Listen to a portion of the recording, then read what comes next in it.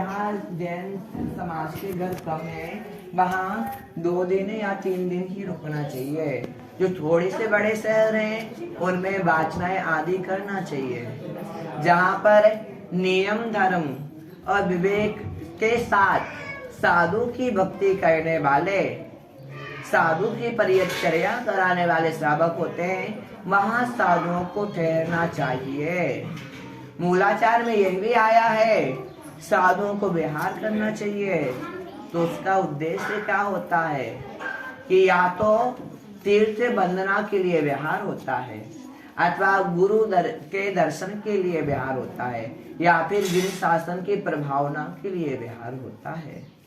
ये आत्मन हमारे पूर्वाचार्यों ने कहा है कि जिस गांव में भक्ति करने वाले श्रावक हों, भव्य आत्मा जीव निवास करते हों, उस गांव में रुककर उपदेश आदि होना चाहिए।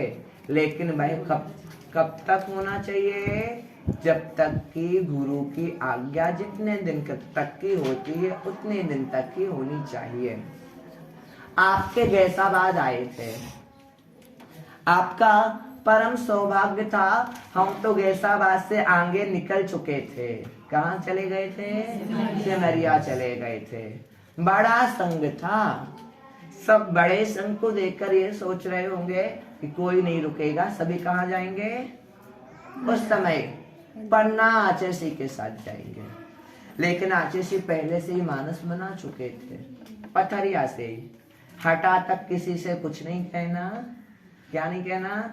या तो दमोह तक जो करना, या फिर हटा के बाद जाके संघ को डिवाइड करेंगे।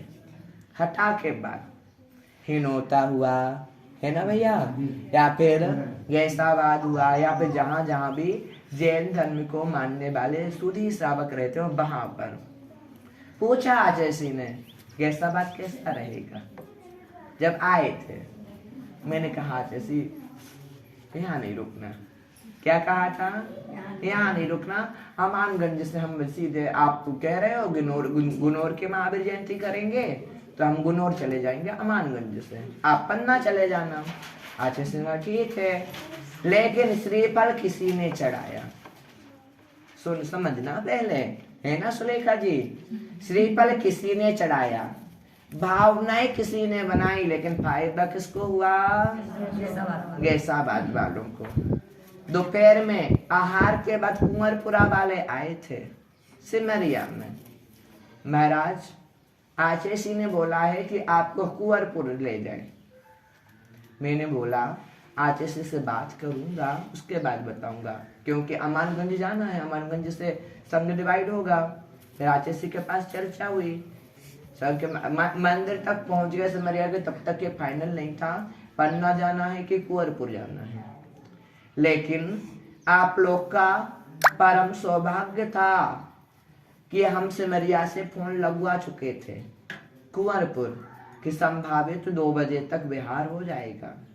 लेकिन आपकी समाज के श्रेष्ठी अध्यक्ष मंत्री वगैरह कमेटी के मेंबर, जिसमें कि इनके पापा आए थे, बबलू जी आए थे, और सोनू जी आए थे आपके बेटे, और भी 1-2 लोग ये आए थे, अभय जी आए थे, आपके हस्बैंड आए थे संदीप जी, ऐसे 5-7 लोग आए थे। उन्होंने श्रीफल चढ़ाया, महाराज गैसाबाद वापस चलो। हमारा मन नहीं था गैसाबाद आने का। क्या नहीं था? मन नहीं था। हमने सोचा इन लोग से, अब हमने मोल ले लिया। 12:15 बजे सामने करने बैठ गए। उस दिन जल्दी बैठ गए थे क्योंकि आगे जाना था। तो हमने लिख के बोला मैं तो कुछ नहीं कर सकता, आचार्य अमानगंज में है, आप अमानगंज चले जाओ, आचार्य जैसी कहेंगे वैसा हो जाएगा। हमने ये सोचा कि आचार्य कहेंगे नहीं आपके यहाँ होकर आगे बढ़ेंगे महाराज। पर आचार्य ने तो गैसाबाद वालों को हाँ बोल दिया। इसलिए शास्त्रों में कहा है तो तीर्थंकर का विहार होता है भाई श्रावक के निवेदन से नहीं होता, कि श्रावक निवेदन करे उसके बाद तीर्थंकर विहार करें। जिस तरफ के, जिस नगर के जीवों का पुण्य होता है उस नगर में, उस ग्राम आदि में तीर्थंकर का विहार होता है। जो दिगंबर मुनिराज होते हैं भाई तीर्थंकर के लघु नंदन होते हैं। तीर्थंकर के मुद्रा को लेकर विचरण करते हैं। अनंतों की मुद्रा का प्रतिकृति स्वरूप मुनि मुद्रा है। तो मुनियों का विहार श्रावक के श्रीफल से नहीं होता। क्या नहीं होता?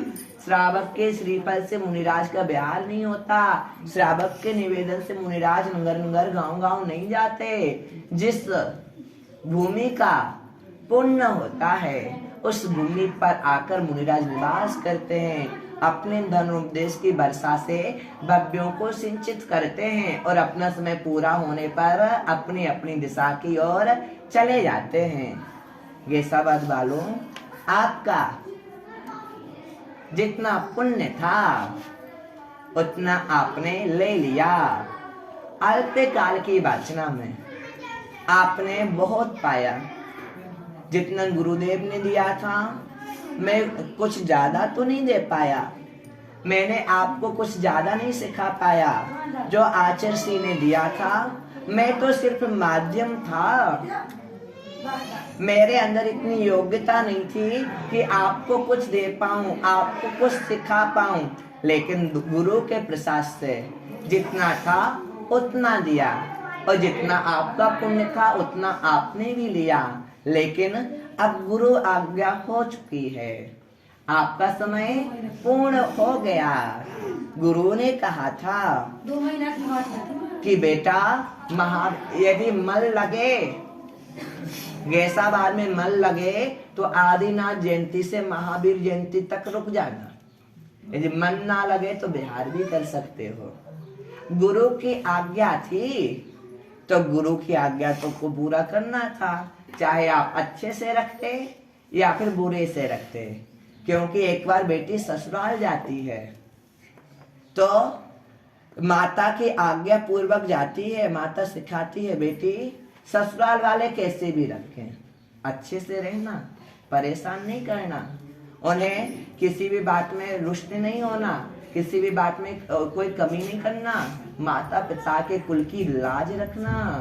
प्रिय आत्मन, गुरु का दिया हुआ सूत्र था, चाहे जैसे भी हो, जितने दिन भी रहो, अच्छे से रहना, किसी को परेशान नहीं करना, किसी को कुछ जबरदस्ती कुछ कार्य का नहीं बोलना।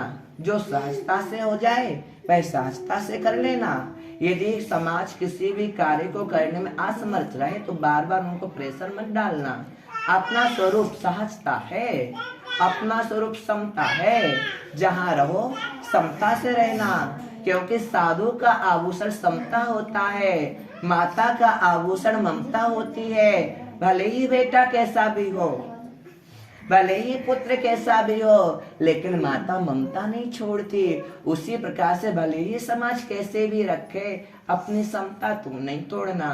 यदि आप लोग को मेरे माध्यम से या मेरे उपदेश के माध्यम से कभी मैंने क्लास में डांट दिया हो, कभी कुछ बोल दिया हो, तो मुझे अपना बेटा समझना। जिस प्रकार से बेटे में कोई अवगुण होते हैं तो माँ समझा देती है, उसी प्रकार से कोई गलती हुई हो तो आप मुझे बता देना, जिससे मैं आगे अपनी गलती को और दोबारा ना कर पाऊं और अपनी गलती को सुधार सकूं। परम पूजनीय आचार्य भगवान विभव सागर जी महाराज जी की